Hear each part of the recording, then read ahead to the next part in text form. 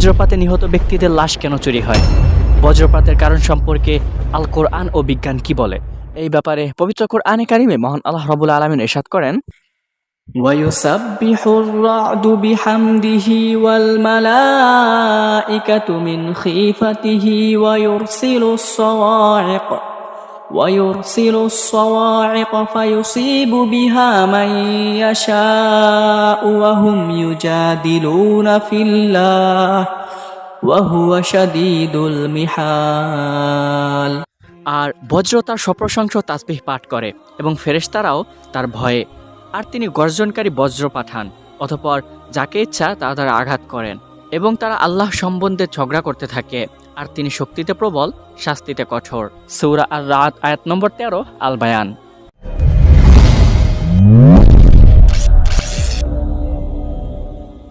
প্রিয় দর্শক, আসসালামু আলাইকুম রহমতুল্লাহ। বজ্র, এটিকে গ্রাম্য ভাষায় ঠাড়া, খাড়াজিলিক, আবার অনেকে বিদ্যুৎ চমকানো নামেও চিনে। বজ্রপাতে নিহত ব্যক্তিদের লাশ কবর থেকে চুরি হয়ে যায়, এই ঘটনাটি প্রসিদ্ধ। কিন্তু বজ্রপাতে নিহত ব্যক্তিদের লাশ কেন চুরি হয়, বা যারা চুরি করে তারা কি উদ্দেশ্য নিয়ে চুরি করে, এর মধ্যে কি উপকারিতা রয়েছে এবং তাদের ধারণাটি কতটুকুই বা সত্য, এই বিষয়টি নিয়েই আমরা আজকে আলোচনা করবো ইনশাআল্লাহ তাআলা।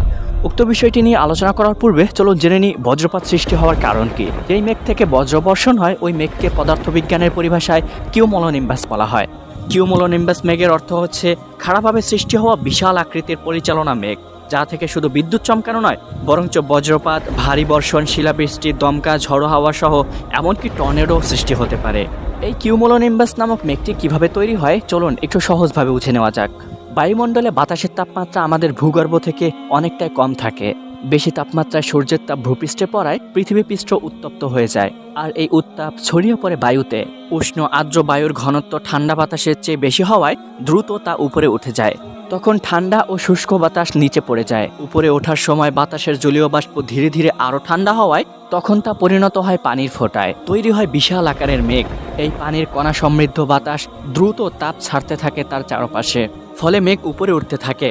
তখন মেঘের আশেপাশের অংশে শক্তিশালী ও ঊর্ধ্বমুখী বায়ু প্রবাহ তৈরি হয়। এর প্রায় 30 মিনিটের মধ্যেই তৈরি হয় বিশাল আকারের বজ্রমেঘ। খাতা কলমে এই মেঘকেই কিউমুলোনিম্বাস নামে আখ্যায়িত করা হয়। এই মেঘটি ভূপৃষ্ঠ থেকে প্রায় 10 কিলোমিটার উপরে গিয়ে ঠেকতে পারে। এই উচ্চতা পর্যন্ত বায়ুমণ্ডলের তাপমাত্রা ক্রমশই ভূপৃষ্ঠ থেকে কমতে থাকে, কিন্তু এই এরিয়ার বাইরে বায়ুমণ্ডলের তাপমাত্রা আর কমে না, বরঞ্চ ক্রমশই আরও বাড়তে থাকে। ফলে এখানে এসে অদৃশ্য এক তাপীয় দেয়ালে ঠান্ডা বাতাস ধাক্কা খায়। প্রচুর পরিমাণে মেঘ এখানে এসে ছড়িয়ে পড়ে চারপাশে। মেঘের মধ্যে যত বেশি জলীয় বাষ্প ঘনীভূত হয় তত বেশি পানির ফোঁটাগুলো একটি আরেকটির সাথে সংযুক্ত হয়ে বড় হতে থাকে। উপরের অংশে তাপমাত্রা কম হওয়ায় সেখানে পানি আরও বেশি শীতল হতে থাকে, ফলে জমতে থাকে বরফ কণা। পানি ও বরফের এসব কণা যথেষ্ট ভারী হলে বৃষ্টি বা শিলাবৃষ্টি হিসেবে ঝরতে শুরু করে। অন্যদিকে মেঘের মধ্যে চলতে থাকে ইলেকট্রনের খেলা। বায়ুপ্রবাহের কারণে মেঘের অজস্র পানির কণা বরফের কণাগুলোর সঙ্গে ক্রমাগত ঘষা খেতে থাকে, ফলে পানি ও বরফের কণা থেকে ইলেকট্রনযুক্ত বড় বড় বরফের কণায় পরিণত হয়ে যায়। ওই উপরে ও নিচে বরফের কণাগুলো ঘর্ষণের ফলে উপর দিকে ভারী ও ঋণাত্মক চার্জের কণা ইলেকট্রন জড়ো হয়, আর বিপরীতে অর্থাৎ নিচের দিকে ধনাত্মক চার্জের রাজত্ব চলে। তখন মেঘের উপর ও নিচের অংশে দুটি বিপরীতধর্মী চার্জ একত্রিত হওয়ার কারণে তৈরি হয় বিভব পার্থক্য। ধনাত্মক চার্জ এবং ঋণাত্মক চার্জ ক্রমাগত প্রোটন এবং ইলেকট্রন দ্বারা বাহিত। এই পার্থক্য ঘর্ষণের মাধ্যমে যথেষ্ট পরিমাণ হলে হঠাৎ করে তড়িৎ প্রবাহিত হয় উচ্চ বিভব থেকে নিম্ন বিভবের দিকে, ফলে প্রচণ্ড তাপ তৈরি হয়। এ তাপ ও তাপের কারণে সৃষ্টি কম্পন থেকেই তৈরি হয় শব্দ ও আলো, আর নিচ থেকে দৃশ্যমান আমরা এই ঘটনাটিকেই বজ্রপাত নামে আখ্যায়িত করি। তবে এটা ইন্ট্রাক্লাউড ধরনের বজ্রপাত, অর্থাৎ মেঘেই জন্ম নেয় এবং মেঘের মধ্যেই তার ইতি ঘটে। মেঘের ঋণাত্মক চার্জ ভূপৃষ্ঠের ইলেকট্রনকেও আন্দোলিত করে, ফলে ভূপৃষ্ঠে তৈরি হয় ধনাত্মক চার্জ। এখানেও একই ঘটনা, বিপরীত ধর্মী চার্জের কারণে তৈরি হয় বিভব পার্থক্য। পর্যাপ্ত পরিমাণে পার্থক্যের কারণে তৈরি হয় প্রচণ্ড গতিতে তীব্র তড়িৎ প্রবাহ। এবারে বিভব পার্থক্যের একটি প্রান্ত যেহেতু মাটিতে, তাই বজ্রপাতের মাটি পর্যন্ত আসতে অসুবিধা নেই। মূলত এই ধরনের বজ্রপাতের কারণেই প্রাণহানি ঘটে। একটি সাধারণ বজ্রপাতের ফ্ল্যাশ প্রায় 300 মিলিয়ন ভোল্ট এবং প্রায় 30,000 এম্পিয়ারের বিদ্যুৎ উৎপন্ন করতে পারে। সাধারণ বাসাবাড়িতে যেখানে 220 ভোল্টের বিদ্যুৎ ব্যবহার করা হয়ে থাকে। এত উচ্চ ও হাই ভোল্টেজের বিদ্যুৎ যখন মানুষের দেহ দিয়ে প্রবাহিত হয় তখনই তার হৃৎপিণ্ড বন্ধ হয়ে ওই ব্যক্তিটি মারা যায়। পাশাপাশি তার দেহটি পুড়ে ঝলসে ছাই হয়ে যায়।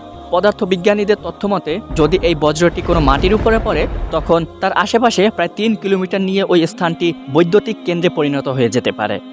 আর কোনো ব্যক্তি বজ্রপতিত স্থানের কেন্দ্রবিন্দুর যত নিকটবর্তী থাকবে তার প্রাণহানির আশঙ্কা তত বেশি থাকবে। তো এই বজ্রপাতে নিহত ব্যক্তিদের লাশ অনেকেই মনে করে থাকে যে তার দেহ দিয়ে বিদ্যুৎ প্রবাহিত হওয়ার কারণে তা চুম্বকে পরিণত হয়ে যায়। এই ধারণাটি থেকেই মূলত চুরির সূচনা ঘটে, কিন্তু তাদের ধারণাটি আসলে একদম ভুল, কারণ মানুষের দেহে এমন কোনো ধাতু বা পদার্থ নেই যেটি বিদ্যুৎ প্রবাহের কারণে চুম্বকে পরিণত হতে পারে। দ্বিতীয়ত কারণ হচ্ছে অনেক ফকির বা ওঝা তাদের হাড্ডি দিয়ে বিভিন্ন কুসংস্কারমূলক কাজ করার জন্য এটি চুরি করে থাকে, কিন্তু আসলেও এটি ভিত্তিহীন, কারণ কুসংস্কার আমাদের সমাজে প্রথা আর এটি অবিশ্বাসযোগ্য। আর এটি কোরআন ও হাদিস বা বিজ্ঞানের আয়ত্তেও পড়ে না। এই দুইটি ভুল ধারণার কারণেই মূলত মানুষ বজ্রপাতে নিহত ব্যক্তিদের লাশ চুরি করে। প্রিয় দর্শক, এবার আসুন পবিত্র কোরআনে কারিমে বজ্রপাত সম্পর্কে কি বলা হয়েছে এটি জেনে নেওয়া যাক। পবিত্র কোরআনে কারিমে সূরা রাদের 13 নম্বর আয়াতে এবং সূরা আন-নিসার 153 নম্বর আয়াতে মহান আল্লাহ রাব্বুল আলামিন এই বজ্রের কথা উল্লেখ করেছেন। এর সারসংক্ষেপ হচ্ছে, যখন দুনিয়াতে অত্যাচার এবং জুলুম বেড়ে যাবে তখন মহান আল্লাহ রাব্বুল আলামিন এই বজ্র মানুষের উপর পতিত করেন। তাছাড়া হাদিসের বর্ণনায় পাওয়া যায়, যখন দুনিয়াতে জুলুম, অত্যাচার এবং মহান আল্লাহ রাব্বুল আলামিনের অবাধ্যতা বেড়ে যায় তখন তিনি অনাবৃষ্টি এবং অতি তাপমাত্রা দান করেন।